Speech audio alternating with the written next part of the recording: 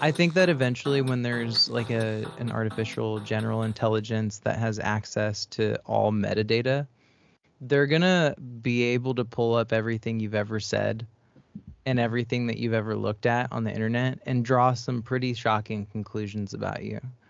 Like, I think because they're obviously listening in the phone, right?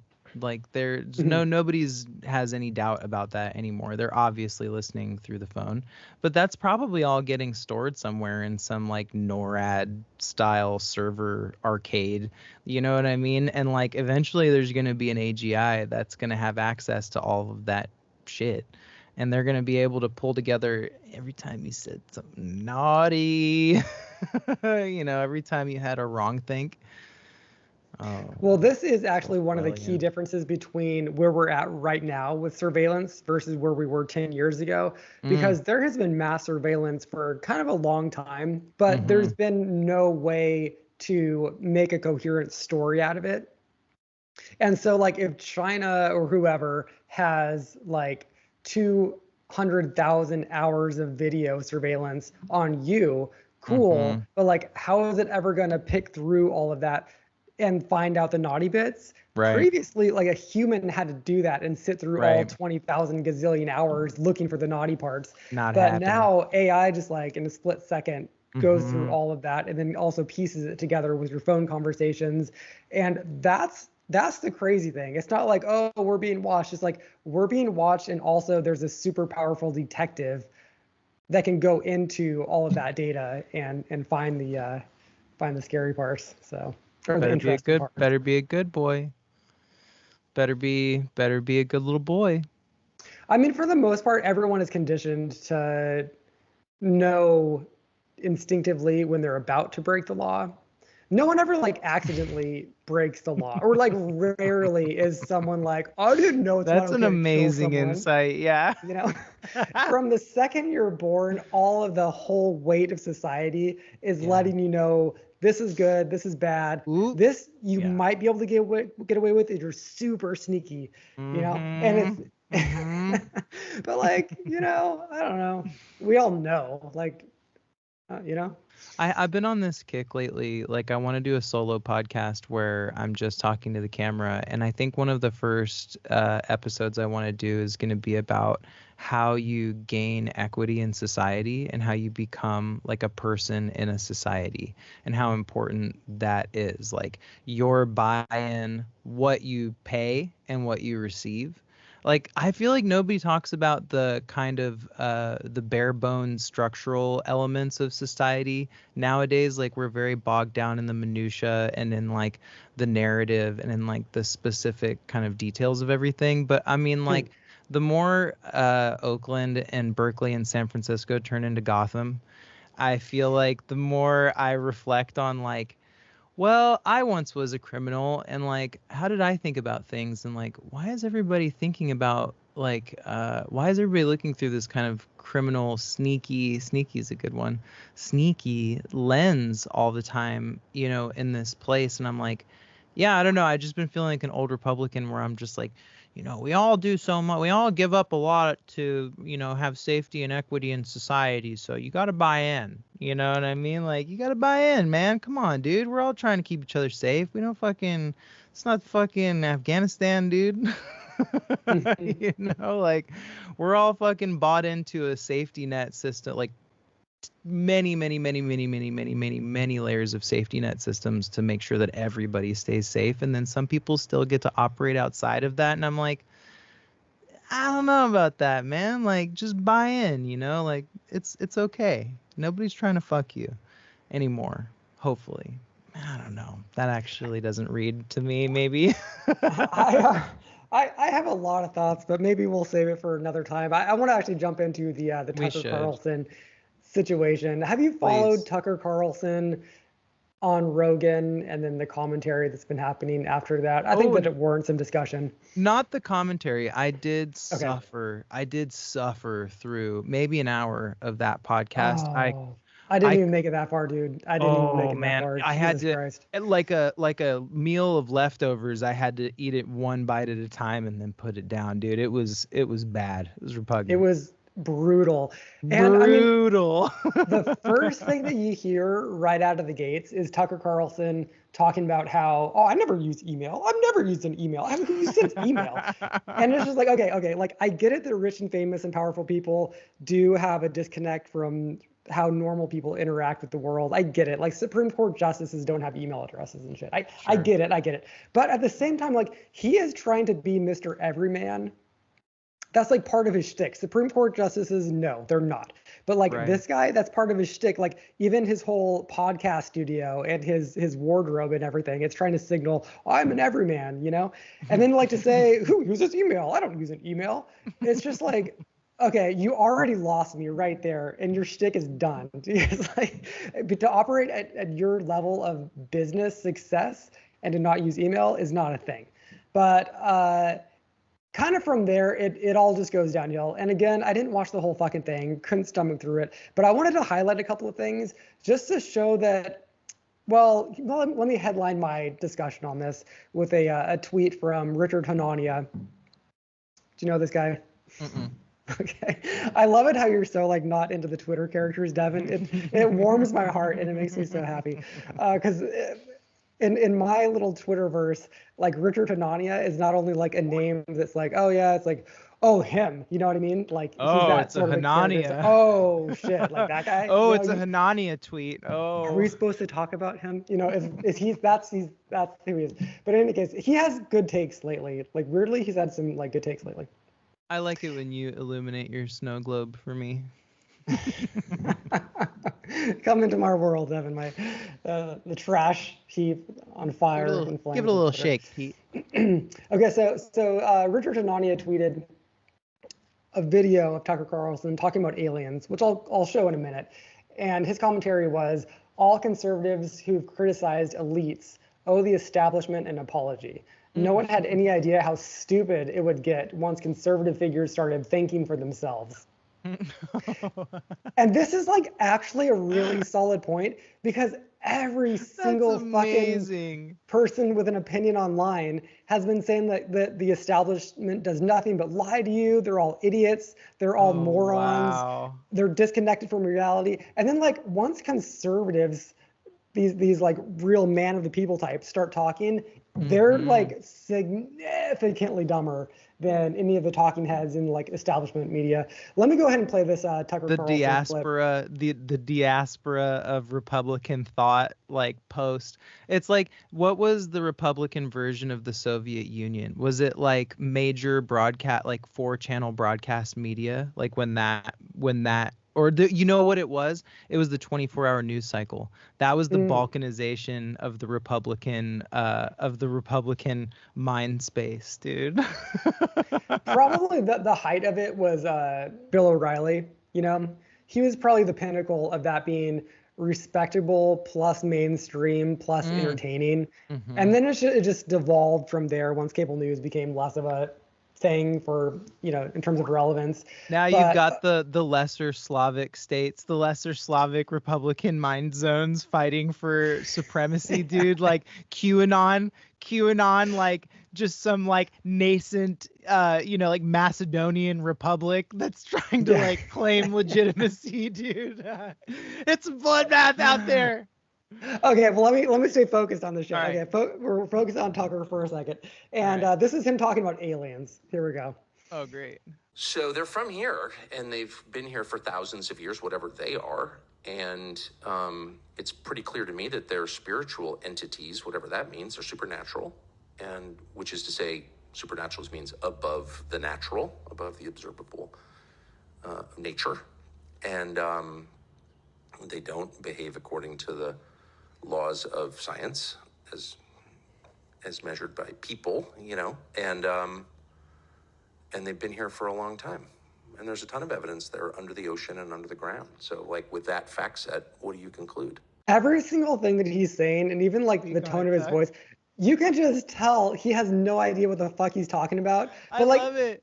He's like, they're clearly spiritual, whatever that means. That is my favorite. I need that sentence like isolated, like they're clearly spiritual, whatever that means. I'm like, well, how are they clearly it if you don't know what it is. Like it's the thing that like just stands out to me is one, how confident he is about saying that aliens exist underwater in the oceans. We know this for an absolute fact. He's just like super confident about that. But then at the same time, he's very unconfident about what science can reveal about the world. And it's like, how are you super confident about this kind of like mythical thing, but you're very unconfident and extraordinarily skeptical about the thing that actually gives us knowledge? It's like, well, I mean, it's just, I guess it's there's no coincidence there, right? It just completely makes sense because to devalue science, it's going to naturally inherently like lift up the fantasy world, right? Is that how that works? Oh, I see. It's so funny because I think that you're doing that thing that like an English lit professor does to like a Vonnegut novel or something, where they're like, you see, there's symbolism in the lunch tray. And I think that it's so much more like dog brain than that. Like, I think that he just learned how to do incredulous. You know what I mean? Okay, yeah, And like yeah. learned how to like do skeptical, and then learned how to like do, you know what I mean? Like sincere. Cause I hear him shifting gears almost like he's in like an old like a truck, like a manual truck or something. Cause he'll just go from being like so incredulous and so, you know, and then he'll just go and be like, and that's why I think that we should really take a minute and think about, in America, what we're doing here. You know what I mean? And like he's so good at the thing, but the transitions are very clunky. And I don't even think there is any like I'm sure at some point it was advantageous for him to talk shit about science, or it was like, you know, that's such like a 15 years ago Republican like felt sentiment of just like climate science, you know, oh they're trying to tell us stuff. Like, what do they know? You know what I mean? And like, I don't know. I think it's just I think he's just a creature of mud and hoof, dude. There's a reality to the fact though that like propaganda, like that word somehow does play into this. You can't really look at the Tucker Carlson phenomenon and there are a lot of through lines to what he talks about. And in one way or another, he's his own kind of propaganda machine, and he always is, I think, sort of kind of. I don't want to say he's been bought by Russia or some shit, but like, you can almost follow some lines there. But I have one more clip that I want to play with Tucker. This is another one that's just making the rounds. Tucker Carlson apparently also totally on brand for him being against like mainstream science. Doesn't believe in evolution. And here's this clip about this. Evolution is real. And if there is this constant, I don't know, but it's visible. Like you can measure it in certain animals. You can measure adaptation. Yeah. But there's no evidence that in fact, I think we've kind of given up on the idea of evolution. The theory of evolution as articulated by Darwin is like kind of not true. Right? In what sense? Well, in the most basic sense, the idea that, you know, all life emerged from a single cell organism. And okay, I don't really need to play much. I love that he'll like deign to explain stuff to Joe. Like he really has like incredulous king energy, super down to a science, where he's like, well, the most basic form. Like, all right, Tuck. A lot of scientists jumped on this and stated the obvious that, you know, he goes on to just talk and make zero sense about this, but he says it like it's just a theory, right? But the thing is that like gravity is just a theory. And, I mean, like everything that we know about science is a fucking theory. Like that word is not the same as when you say it casually in just like a normie conversation. In science, a theory is something that you can't just like have a hypothesis and call that a theory. A hypothesis is different from a theory, and a theory has like a huge weight of evidence behind it before it gets to have that title of theory. A theory is a big fucking deal. And evolution, it has some, you know, issues with the theory, like a lot of theories do. Like the fossil record isn't completely perfect. It never is going to be. There's going to be missing fossils in the link, and that I think is probably what he's going to talk about. or that is like the logic there is like there are gaps in the fossil record. Well, I mean, like, of course there are, but like there's so much evidence there that it's just kind of silly to say. I mean, one, to like question it unless you really have good reasons to, but two, to say like we've all abandoned it, like science has abandoned the theory of evolution. Like, what planet are you living on, dude? Like, that's just not even a thing. No, man. I truly, so do you remember the Colbert Report?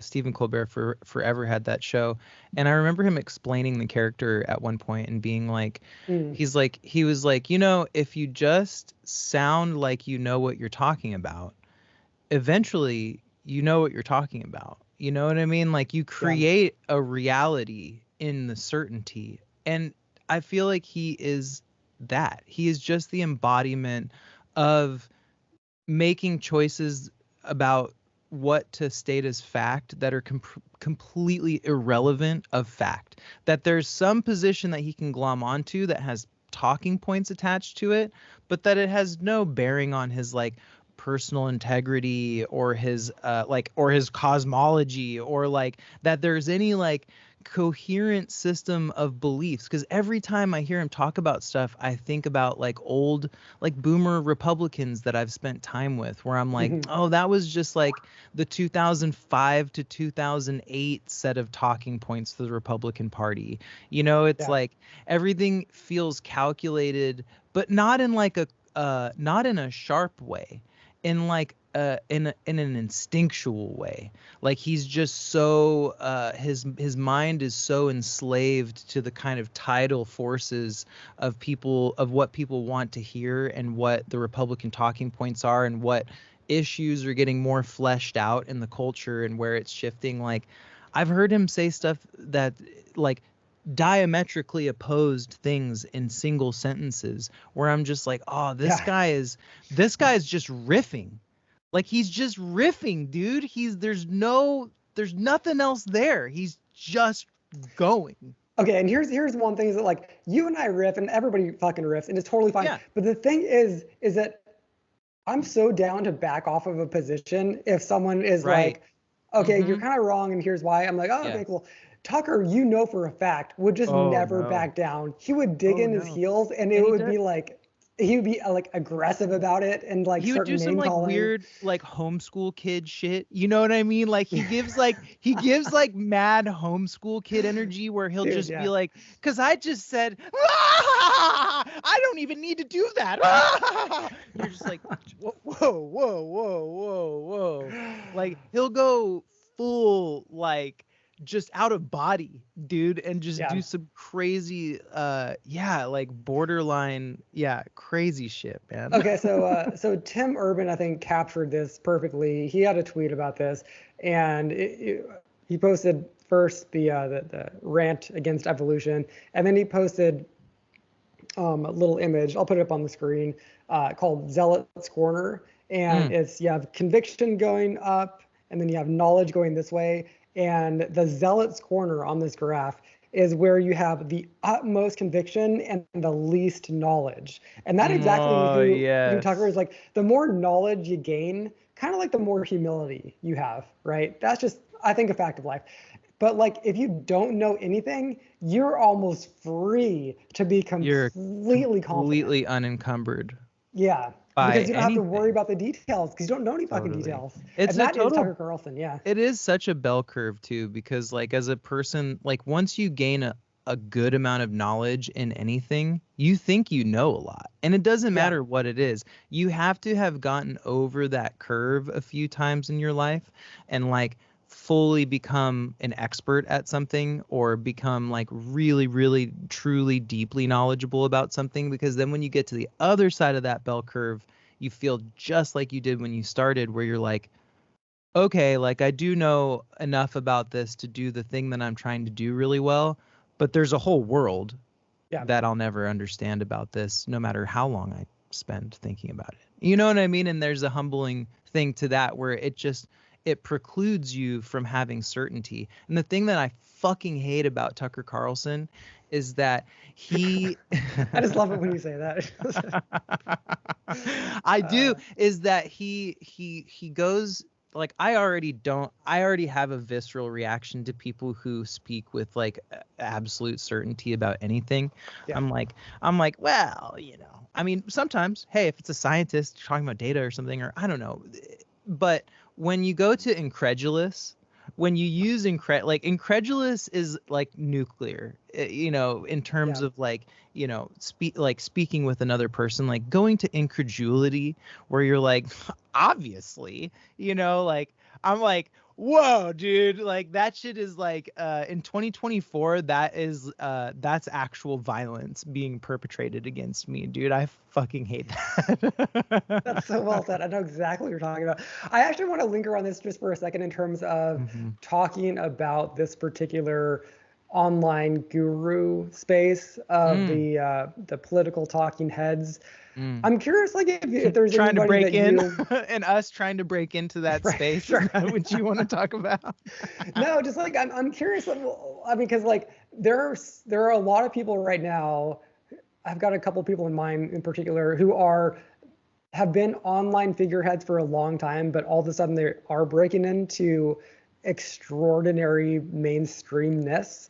And I'm thinking about like Destiny. Have you followed him recently? All of a sudden, but he's been everywhere. Yeah, he's been popping up on a lot of like the circuit of like podcasts and people and stuff. Yeah. He went from primarily, like, I've known about his name forever, and it used to be just the dude on Twitch talking about games, and every now and then there would be a rant that would pop up that he would have, and it'd be kind of entertaining. And then got into politics, and it's just been this like slow, and then all of a sudden recently like meteoric rise into mainstreamness, where I have a friend who does not live online like I do. He's like literally an MSNBC guy, and he started sending me Destiny clips, being like, oh, check this out, and it's like, I mean, I actually like Destiny. A lot of people absolutely hate him. I actually like him, and I really enjoy his debate style. I just think he's very effective at it, and it's entertaining. It's always entertaining, even when I completely disagree with him. But he also says a lot of totally, I think, true things that are kind of obvious, but are just kind of cringe to say, because you're not supposed to say anything nice about the DNC or about Biden or about normie politics. You're just not, like, online, you're just not supposed to, because it's just cringe. It just fucking is. But like, he being like an online guy with a lot of online cred, when he says it, it's like it deflates a lot of that "this is cringe" bullshit, and just like, oh, well, yeah, that's just true, right? And I just appreciate that, like, him being who he is, being able to say normie things, and it doesn't come off as normie, it doesn't read normie, and so it's just kind of like, you get to like look through some of that through different lenses, just like, oh yeah, it's just fucking true. Yeah. It's like positively kaleidoscopic now, like how many different layered identities people can have that 10 years ago would have been like diametrically opposed to each other and kind of oil and watery, where it's like, it's a guy, his name's Destiny, right? He's super famous for video game stuffs, but now he's a talking head. You know what I mean? And it's like just the layers of person that a person can kind of put on top of themselves now and still become successful, and that we have the ability to kind of like integrate all of these different personalities into a single voice, and people just kind of continue to believe it as long as it sounds legit. Yeah. Oh, totally. We're in a really multi-dimensional moment where we're like really starting to expand as a species, but then also expand our ability to perceive other people's expansion. We're containing so much now. Oh, absolutely. Yeah, it's really interesting, just the fact that there are also people, and I love this, people who are fully anonymous online but kind of famous. Like I had Tracy Woodgrains on this podcast, and I have a friend who knows who he is. I don't know who he is. Like, I know his name, Tracy Woodgrains, like his online name. I have no idea who he is as a person, but I've talked to him several times, and that's just interesting to me, and I really like that. And I mean, for all I know, he's like Biden's long lost son or something. He could be fucking anybody. I kind of like that. I think that's interesting. I think that something I've always wanted to do, I never will, because I have too much going on. But if I were just like had no hobbies and was boring, I would probably very deeply consider creating some online anons and just having like being a goofy out there wild online anon, because it would be fun to get in a I space did that and like be recently. name in a space. Did you? Tell me about it. I did. I created a burner account to talk to to speak some truth, dude, to power. Let's just say that. There was some shit. Like it was an institution that was posting stuff. Give me and some it was details. Give me some details. all right, What's the yeah. topic? All right, fine. No, I can't. Because that's why I created the burner account. I can't dox myself. Okay, everyone just tune out for a minute. But it was actually really fun because I'd never been like an online, like I'd never performed online subterfuge like that. It made me feel very much like a Russian spy. Offline, you gotta tell me because I will tell you about it, but it was very fun because you can I just let it fly, baby. Ooh, I let my hot take, my freaky, angry hot take fly. It was beautiful. Yeah, it was beautiful. It was not hateful though. It was very well detailed, if you know me. Okay, nice. There's a lot of dum-dums out there online, so yeah, I gotta put them in their place. Mm-hmm. Okay, a couple more things I want to talk about today. Just because this is kind of breaking news, we're kind of a tech breaking news podcast, right? We gotta talk about what's going on in the world. So one thing is that Biden, this was like 16 hours ago when we were recording this, Biden just signed the TikTok ban into law. And I think there's Brandon. Still a little bit of like what's happening next. We don't quite know exactly what happens next.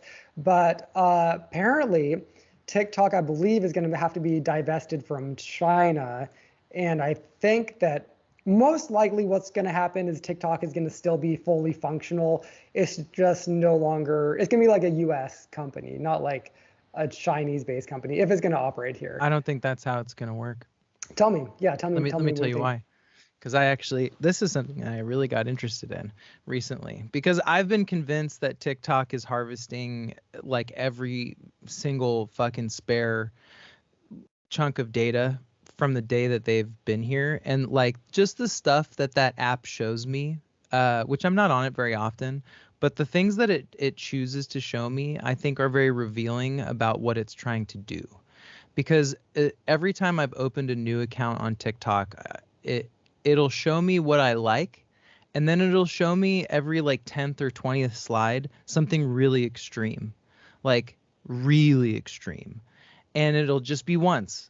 And if I flip past it enough times, it'll stop showing that to me. But then every once in a while, it'll show it to me again. And it'll be something so crazy looking. It'll be like something very like visceral with the body or something like that. Or you could even be violent. And I'm like, you're probing me. Like I feel it probing me when I'm using it. But anyways, I was listening to this thing, a podcast maybe a day or two ago about the sale, and they were saying that if you're going to buy TikTok, what you want to buy is the algorithm. That is the thing that's valuable, because the name itself isn't necessarily valuable. It's the algorithm that they've created that gets people hooked, and they were like, and the Chinese government / ByteDance or whatever company owns TikTok has already said that they will not sell the algorithm, that they're 100% refusing, that they're not going to do that. And it's because they've been using it as a data harvesting tool. They don't want anybody to crack it open and see exactly how and why it's been extracting stuff. But for someone to spend $100 billion basically on just the name and to not be able to buy the algorithm along with the name and like the public company and stuff like that, the podcast I was listening to yesterday was saying, well, that's just not going to happen, which makes me think, and let me hear your thoughts on this, because I think this is the most interesting part of it, is that if algorithms are at the point where they're so sufficiently complicated that they are proprietary, where are we at then? Because that is, that's a crazy level of complexity for us to be at in creating a program. Yeah, I have a couple of thoughts here. And one, I think that anybody who says, yeah, that's just not going to happen, unless they're the fucking head of legal counsel for ByteDance, they actually don't know. Like no one knows. Fair. There's a lot of, I mean, I don't even know if like ByteDance has put out a statement that they're gonna pursue legal action against this, but I don't think they've said necessarily like in stone what they will or won't give. And even if they have, they're just trying to up the price of it effectively. Right. Everything is always for sale in this world, you know. Always. It's a fucking, you know, I'm sure it's valuable to the Chinese government, but it's not that valuable. Everything has a price tag on it. But okay, so what Biden just signed says that there is a deadline for sale set for January 19th, 2025, at which point ByteDance has to sell it, or it will be prohibited from U.S. app stores and from internet hosting services that support it. So, but I mean, like, there's a lot here in terms of, yes, their algorithm is very good. No one disputes that. But the user base is the truly valuable thing. Is it? Oh, absolutely. I mean, if you look at the user base for TikTok versus all the other social media platforms, it has fewer than Facebook, but it should be valued higher than it is right now, just based on the user base. The user base is massive and it's young. Like, these are going to be people with coming into money. So it is an amazingly valuable resource just to have that user base. If you look at, Reddit just went public and it popped. And it's not because they have a fancy algorithm. It's not because like the tech means anything. Like, it's a very boring, old school ass website that hasn't improved, is not very profitable. That's a good point. They don't advertise very well. But it has a fucking huge user base, and it's like between the third and fifth most popular visited website in the world, that is what makes it valuable. And that's going to remain valuable for TikTok for the same exact reason. The algorithm be damned. Like, you have a user base like that, and for the average user, they are just watching like silly dance videos that don't require like that sophisticated of an algorithm anyway. So yeah, but nobody's brand loyal to TikTok. Like, nobody, if TikTok starts sucking though, people will jump ship on that like it's fucking Quibi. You know what I mean? Well, like, I feel like the user base is valuable in as much as somebody could come up with like a mirror strategy for that platform. But like, we see what happened with Twitter. You know, it's like when someone takes control of a platform and tries to pivot it, it's not that easy. Like, well, this again is what Scott Galloway says is for that, like $100 billion too. Like, that's the other thing, is that it's gonna cost a fuckload of money to buy that platform, man. Well, I mean, like, Microsoft just bought a gaming platform for $200 billion or whatever it was. I mean, these companies have money to throw around at this sort of thing. Fair. These companies have endless cash. Like, why you gotta be so much better educated than me on all this shit, Peter? Like, I'm partly just. I'm not trying to like actually just seem like color commentary. I'm just saying, like, probably this is going to happen, and I'm actually like it'll happen. Yeah, I'm like really for it, just because without any background knowledge on anything, it really bugs me that China doesn't allow Twitter or Facebook or like any of our social media apps. And we're just like, oh, cool, but we'll take all of yours, no strings attached. That's cool. Come buy as much farmland as you like, please. Exactly. Oh, around our nuclear silos, it's available. You guys want to buy it?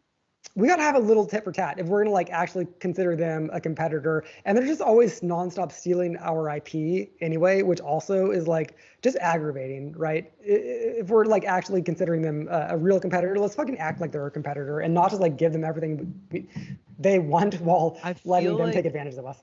That is such a great take, and I feel like it is like a borderline sacrilege to say that as like a liberal leaning person. But like, I had this thought recently too, where I'm like, wait a minute, if we're competitive with China in every sense of the way, like they're a genocidal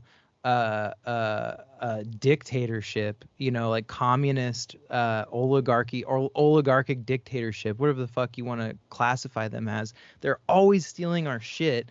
Like, do we really need to let Chinese nationals buy property in the United States? Do we really need to let them have equity in our society in functional ways? Or should we kind of be systematically divesting ourselves from somebody that has a structural opposition to our literal way of life?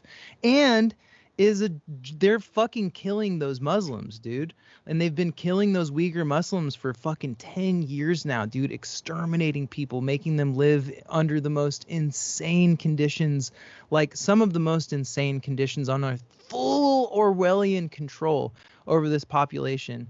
And like, we let those people come here and buy like $20 million apartments in NYC so they can stay empty. We let them buy farmland around military installations. I'm like, look, man, I don't know. It's one of those things where I wonder, I'm like, would someone call me racist for saying that? And is it?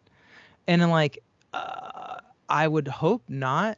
But at the same time, like, I kind of don't care, because it just is a functional fact of being in the modern world that we can't just be trusting everybody from everywhere, dude. Like, I don't know.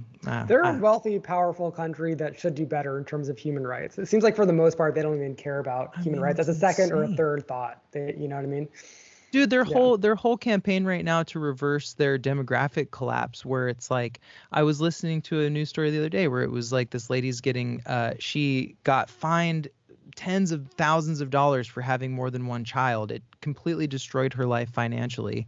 And then 10 years later, they're like, oh shit, that was a bad idea. They're sending her text messages now on the fucking daily, on the weekly, being like, hey, have you ever thought about like starting a family? And these are text messages coming from telling me about this. Officials in her local government that are texting her like, hey, thinking about getting it raw lately? You know what I mean? And it's just like a level of like invasiveness and absolute like a political depravity in that country, man, where I'm just like, can we just not with these people anymore? Can we just let them fucking collapse on their own and not be so tied in with their maniacal version of a society, please? Mm-hmm. Ooh, that one's spicy. Spicy. That's a spicy take. Okay, I got one last topic for us today, just in terms of tech and news and things that I'm actually excited about. So 2 days ago, the high-speed rail system between LA and Vegas broke ground and is actually going to be kicking off. And this is so exciting. I'm actually very, very excited about this. And it's going to be not from like downtown LA proper. That's like the sucky thing. It's going to be from Rancho, dude. Which is a little bit out there. Rancho Cucamonga, which is so funny. I was just recently there. Oh, really? There. Oh, funny. Okay. Hey. Well, there you go. There you go. It's idyllic. It is positively idyllic. Tell me about this. Okay, I don't know much about the area. I've only looked at a map exactly where this is, but like, it's bizarrely idyllic. It's tell me. Yeah, tell me. It's very corporate. It's very suburban. It's very clean, but it's like, it's kind of perfect. I mean, they have an airport, I believe I read, right? I bet you they have an airport. It was just like the Burbank airport or something like that. It was something that's close to there, but or maybe they have their own airport, but it's like big, beautiful mountains in the foreground, really close to everything, big, wide streets. Everybody's pretty friendly, a lot of multiculturalism, a lot of Latinos, a lot of good, like, family energy, good schools, very safe. It's like fucking really chill. It's expensive to live there. It's expensive to live there, almost like it's expensive to live in like the city, because it's so chill and nice and clean. But awesome place, honestly. It's very cute. I mean, not a lot of independent businesses, if you know what I mean, which kind of sucks. But other than that, whatever. A lot of like Starbucks and Arby's and shit. Yeah, not a lot of culture, But what do you expect? Is your family living there? Are they excited about the high-speed rail coming in, or did you talk to them about it? I did not talk to them about it, but I am 99% certain that they don't give a fuck. Okay. Well, this just, in my mind, it just bodes well because we just have to Yes. build something, and then it won't be like we're the first ones to do this. It will be like, oh, look what they did to Vegas, and that's awesome. Bro, we need Yeah. these going everywhere. We need Oh, these absolutely. literally going everywhere. They need to go between every single major city. It needs to be so easy to get from one place to another in this country. Do you know the economic boon that we would experience merely in California from having LA and San Francisco connected? I mean, it would be insane, dude. Like, I don't know. Yeah, Dude, just the I connection love it. between Sacramento and San Francisco utterly kills me because I do take the train out there sometimes, but the Mhm. train doesn't go all the way there and it's Amtrak and Mhm. it's so painfully slow. Mm. From the Amtrak station to downtown San Francisco, it takes over 2 hours, which is like obscene. Like it's longer than driving, and that just should not be the case. It should be It's quicker so than driving. insane. And it should be relatively cheap, but going both ways there and back, it's $57, which is kind of a lot of money. Oh, I That's mean, a not including lot BART, of not money. including BART. So that's tax on like at least an extra $10. So it's like $67, probably rounded up to $70 back and forth between SAC and like that's crazy. That's like That's insane. nuts. And that is one gripe that I do have with the Rancho Cucamonga Vegas train is that I think I read it's going to be maybe like $200 a ticket each way, Sure. which that's like a plane ticket, and planes are still faster. They're more inconvenient. You can't just like hop on a plane like you can a train. So I Probably get safer that. though. Yeah. I So mean, anyway, but well, like track record wise. I yeah, mean, it's yeah. like brand new.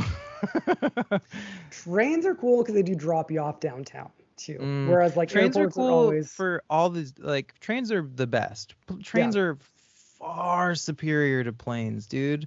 Like, yeah. let's get a grip in this country, If they flying go all over fast the place. and if they're cheap, yeah, Dude, absolutely, and absolutely. they're vibier. You get to see more. You don't have to deal with the pressure change, the altitude. The airport's this big procedure. It's very environmentally unfriendly. Like, come on, baby, give me I've some I've high-speed rail. I've had a little bit of a taste of the high-speed rail system in Europe because I took the train from Mm, London to Paris, and and it's amazing, dude. Like that's for so one cool. thing, you don't have to like to get to Heathrow Airport in London. It's like a hike. You can take Mm-hmm. the train to get out there, but it's a hike. It's like if I remember like an hour just to get out there. Whereas the Mm-hmm. train station to get to Paris, it's like kind of in the heart of London, Mm, and you just walk up. There's no taking your shoes off and shit. You just walk onto the fucking train, and mm-hmm. then like you sit down, super comfortable. They bring you champagne and cheese and like crackers, and it's just like the nicest thing. And you're there before you even know it, Mm-hmm. without turbulence or weird announcements or like there's no inconvenience, none. And I then love to that. top it off, you're dropped off downtown Paris. You're not in some Mm. like weird suburb where their shitty airport is. And I hated the Paris I airport. did laugh about the Rancho Cucamonga thing where she was like, "Yeah, they're doing a train from my girlfriend." She was like, "Yeah, they're doing a train from LA to Las Vegas." And I was like, "Oh, yeah, dude." And she was like, "Yeah, it goes to Rancho." And I was like, "That's like an hour outside LA, dude. What the fuck?"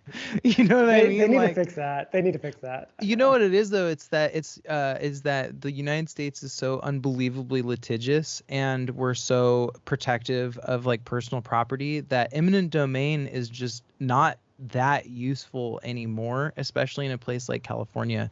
It's like as I recall, that was like the big problem with the Purple Line in LA going to the beach. That was the big problem. That's still the big problem with the high-speed rail line going from LA to San Francisco is like getting people to give up the land underneath it, to have a big train running by. Yeah, yeah, and there's environmental impact statements they have to do. I Sure. believe they like waived a lot of the environmental impact statements to get the train to Vegas to go. They just have to. Like the environment, I mean, everybody loves the environment, especially in California, but it can't impede very basic projects like a fucking Yeah. train, guys. Like, come on, it kills me. Come on. So yeah, all right. Hey, any other any other pieces of news before we sign off for the day, or any other topics to hit?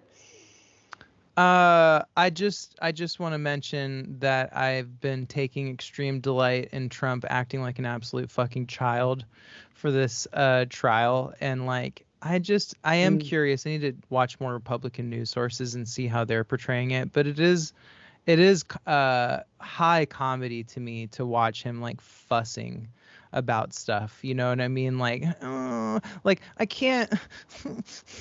Like he has that energy, and it's just delightful to see him like impotent for a moment. Because there's just this like he's so good at carrying this like air of importance. Like he's practiced it to a science. He's actually very good at it, you know. And just seeing him reduced to like a sniveling dog, dude, and just be like the American legal system, when it really slaps the fucking cuffs on you, dude, you can't do shit, man. Your power, your money, that is one of the beautiful things about this country, is that once you're really in the jaws of it, you know, you can't buy those 4 days of time back that you have to be in court. Your dumbass has to fucking sit there, dude. You know, and I'm like, yeah, boy, yeah, feeling a little bit of the tooth of the dog, are you? I've actually blissfully been ignoring most of the Trump trial shit just because I'm so painfully over him. But I'm assuming I'm going to have to pay attention to it at some level. So maybe we'll have a pod where we get more into it and give our hot takes. But I am not prepared today. I've barely seen anything, and I'm going to keep me it that neither. way for a little while. I've just been delighting in the morsels I've received. Yeah. All right, man. Hey, well, till next time. Peter, lovely speaking with you once again. You too, Faithful futurist followers, I'll get something going, guys. You'll be our believers, but you know, our Swifties, you know, our foodies. Nah, nothing still. All right, bye, Pete. All right, man. All right, later.